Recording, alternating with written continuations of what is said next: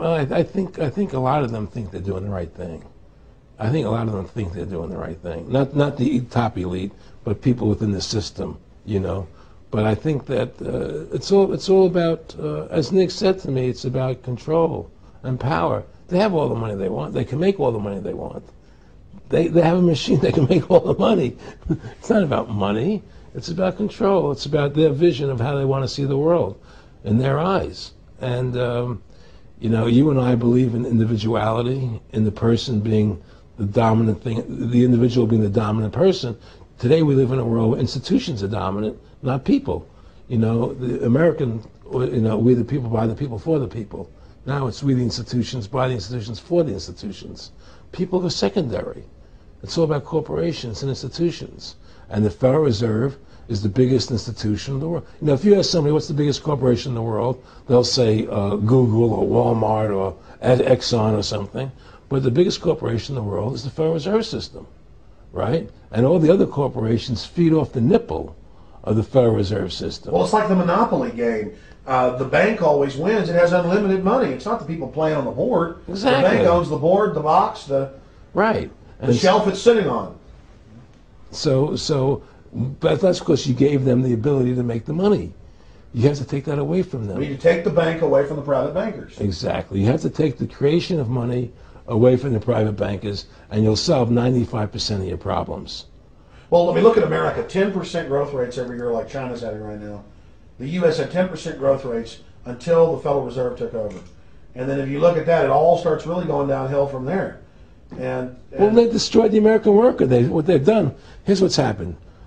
The Federal Reserve has created this massive inflation in America, which means that the American worker has to keep making more money to keep up with the cost of living. The more money they make to keep with the cost of living, the less competitive they become in the world economy. So now what happens is we have to pay our workers so much to keep up with the cost of living. Say, well, screw the American worker. Let's go overseas now and get the cheap labor. But really, that's a war being waged against the middle class. Of course, the bankers print the money. Really, this is a war being waged against the middle class. The bankers print the money. Everything they're doing is about destroying any private pools of wealth or independence. Yeah, but what I'm trying to say is, because of the inflation that they've created, they've now allowed other countries to outcompete us. You see, because other countries don't have to pay as much money as we have to pay here to our workers to survive. Yes. So now we're not competitive anymore. So we've lost our manufacturing base. We've lost our competitive. In the old days, the American worker, you wanted to buy everything American. You wouldn't buy anything from Japan, which was cheap crap. And what does that leave us? It leaves America this military force, and so the elite's giving us a deal. We'll continue to build up your military and give you homeland security jobs, shift your economy over to being the bulldog enforcer of the New World Order. Exactly. You can either do, and by controlling the economy, they force everybody into that position. That's exactly correct. That's exactly correct. And there's no more manufacturing here. We're a service economy. We do nothing. We provide nothing. We provide nothing to the rest of the world anymore. Well, first of all, Freedom to Fascism is a movie that everybody should see, because we show the fraud of the income tax. We show how judges put people in jail for no reason. We show the corruption of the justice system, and we show how the Federal Reserve came into being and how it's controlling society, and how all the central banks of the world are working together through the Bank of International Settlements in Switzerland, which is the central bank for all the central banks, and how they all work together to create this one world government, the one world order, which is what they're trying to do. So Freedom to Fascism is a movie just to get you a good basic education about how the world is really working. And I really want everybody to see that movie. Critical. In terms of the CFR, in terms of compartmentalization, I mean, there are many good people, I believe, that are part of these organizations who don't even understand what the organization's really about. People like when I was in Germany doing cancer treatment, there was a gentleman there who was visiting a friend of his who had cancer, and he was a member of the CFR, and we were talking, and I showed him the movie. He said, "Oh my God, I'm going to resign. I had no idea this was what CFR was about. He had no idea. He was just a nice guy who thought he was in this prestigious organization. Yeah, a lot of it's about getting good people, and so you can watch them. Keep your friends close, your enemies closer. Well, no, it wasn't even that. It was, a lot of people join the CFR because they think it's a prestigious organization. It'll help them in business, make good business contacts. They didn't have an understanding that the CFR is really about world domination, about how they and the Trilateral Commission, the Bilderbergers all work together, with the banks to control the people. A lot of them don't understand that. They don't see the big picture.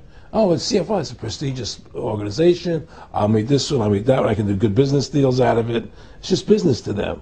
The CFR wants to get the people in there that have influence and power, and so they're part of that. So they're not opposing them, It's like the whole country today is becoming the haves and have-nots.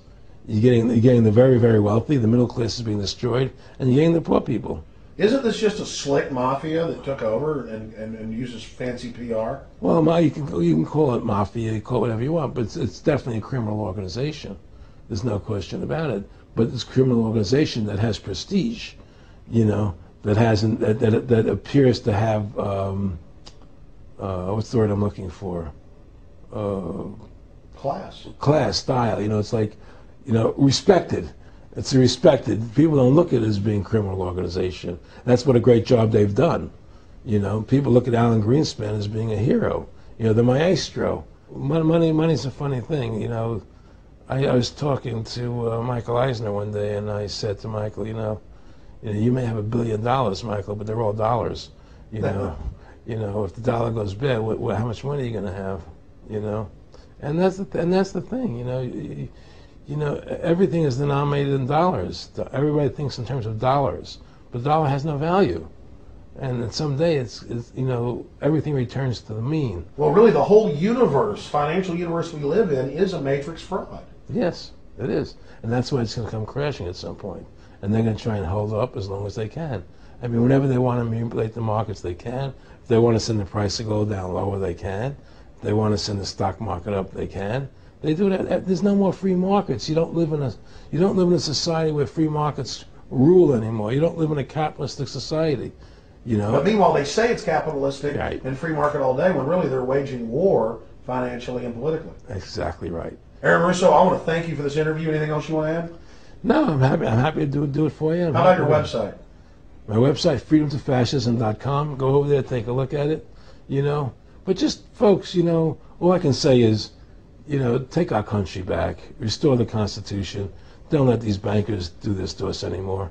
Stand up, don't be afraid of them, and do what you got to do, And I have plans in the works, and when I get over my problems, we'll reveal them, And well, I'll be supportive of that.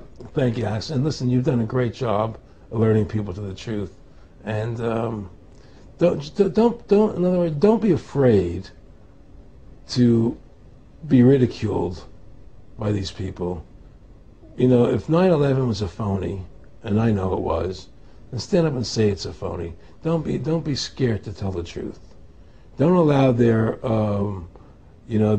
powers of trying to make you look silly to frighten you. What did you think of what Charlie Sheen did? I love what Charlie Sheen did. I was so respectful of what he did. I just applauded him. People saw right through that attack. They flipped a light switch when they went after him. Yeah, but they don't. You see, the thing is that more people don't come out and do it. To build that wave. Charlie did it. I'm really proud of the guy. David Lynch did, but the media was smart and didn't bite this time. They ignored it. Right. I mean, a few people have, but they're not picking up on it because they control the media. James Brolin did on The View.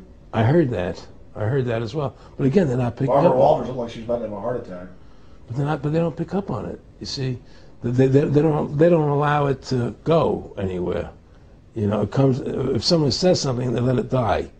But they keep perpetuating, the war on terrorism. They keep perpetuating all these things that are lies. And because we've given the Federal Reserve the money-making power, they control the media, they control the government, and they're all in bed together. So you're fighting all this propaganda all the time, and it's a very difficult fight.